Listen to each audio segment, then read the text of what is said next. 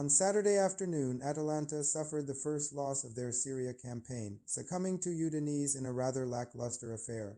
A few hours later, Bayern Munich beat Bayer Leverkusen 3-0 in decisive fashion. These two events may seem unrelated, but they meant that Bayern have become the only unbeaten team across the top 5 leagues in Europe. They have made a 100% start in the Bundesliga, 9 wins in 9 games, with only 4 goals conceded. One might say that the Bundesliga doesn't pose a challenge to Bayern, but looking back at the previous 3 seasons, we must realize that they were challenged quite a bit by Borussia Dortmund and Bayer Leverkusen, to the point that they edged to the title in the final minutes of the 2022-23 season and lost it a year later to Leverkusen. There is a reason that Bayern's coaching office seemingly had a revolving door for a while. 2 weeks ago, Vincent Kompany, the current manager, extended his contract until 2029, making him the first Bayern boss since Louis van Gaal in 2010 to sign an early contract extension. Longevity and continuity had been lacking in regards to their managerial post before Kompany's arrival, and the Belgians certainly appeared to be an unlikely candidate to bring a feeling of euphoria back. While they still managed to win championships under Julian Nagelsmann, Thomas Tuchel, and others, the absence from the Champions League final stung Bayernese higher-ups and fans who have the aspiration that their team belong among the best in the world. With Kompany at the helm, the serial German champions may manage to return to the biggest stage of club football in the foreseeable future.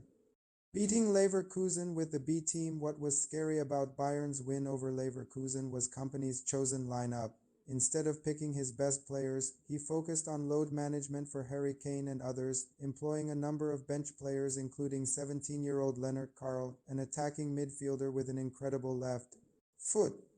Kane, Michael Olise and Luis Diaz watched from the sideline as their teammates dismantled Leverkusen's defense. Bayern led 3-0 at halftime and then really took their foot off the gas. Granted, Leverkusen, who sacked manager Erik ten Hag only a few weeks into the season, still need to rebuild their team after the departures of Florian Wirtz, Jeremy Frimpong and Granit Xhaka.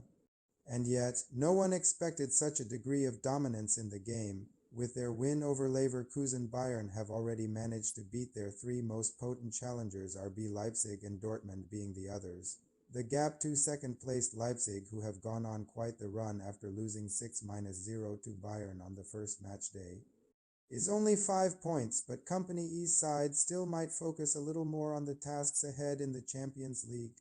Kompany was able to rest some of his key players at the weekend, especially helpful given the small squad he has, and can travel to Paris Saint-Germain on Tuesday with the hope of bringing down the French giants. After beating Chelsea 3-1 in mid-September, it will be another great test for Kompany and his team.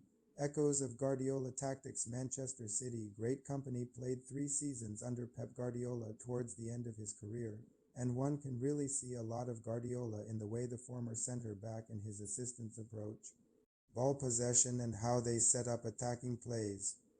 Positional play and the rotation within the formation are key to letting the ball circulate almost effortlessly. Last season, Kompany already attempted to introduce positional patterns, in that his players were asked to occupy certain zones or lanes, but this year players rotate from zone to zone more frequently, which makes it harder for defenses to cover without leaving any gaps towards and into the penalty area. Now, this is not completely unheard of when it comes to Bayern's offensive approach. Guardiola himself implemented similar patterns after his arrival in 2013, but the Catalan failed to lead them to the Champions League final despite making real progress.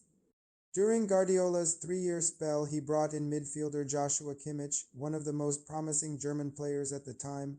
Kimmich is still with Bayern and might have an explanation as to why the team look even more fearsome than back then. When I joined 10 years ago, we were equipped with incredible individual quality.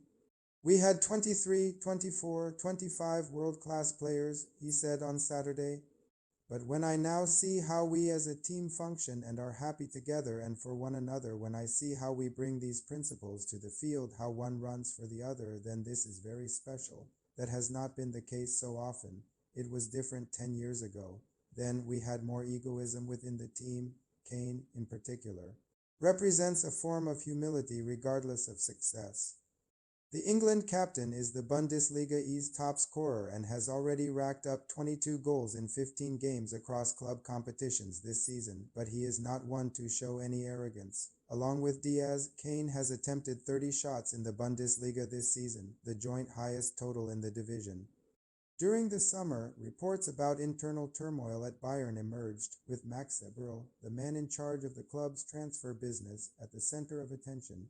It seemed like the usual Bayern drama, but once the season started and the team began to perform at such a high level led by a level-headed manager, all the noise disappeared.